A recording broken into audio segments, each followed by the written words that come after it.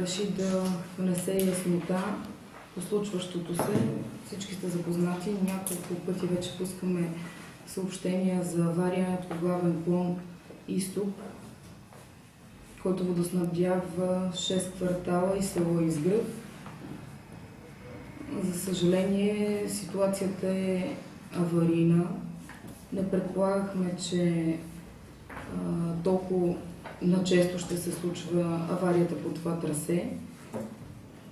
Сега ще ви кажа няколко думи за какво точно става въпрос, за да сте запознати, да бъдат информирани нашите клиенти, потребители, които към момента имат нарушено водоподаване и така няколко пъти, даже в близките 2 седмици, са подложени на тази неприятна ситуация. Става въпрос за изместване на едно трасе с дължина от 200 метра, когато е изграждан аквапарк в Благоевград. 2007 година е въведен в експлоатация това трасе. Възложител е община Благоевград.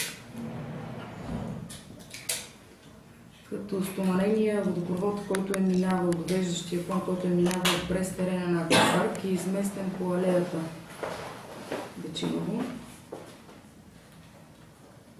и е заменен с стъклопластови тръби и 700.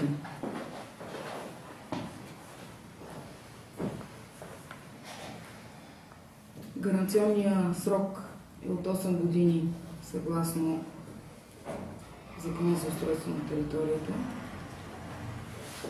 За съжаление обаче, с документите, които ние разполагаме, гаранционният срок е изтекъл миналата година, 2015 август месец. При разкопаването преди няколко дни на първата авария се установи некачествено изпълнение на това трасе. Некачествено полагане на самите тръби. Пак казах, това са стъклопластови тръби, които изискват специфичен начин на полагане. Прави се едно пясъчно легло. Защо не е изпълнено, не мога да кажа. Защо не е упражнен контрол към момента на полагане, също не мога да кажа. Но факт е, че проблема и негатива към момента го носи експлоатационното дружество.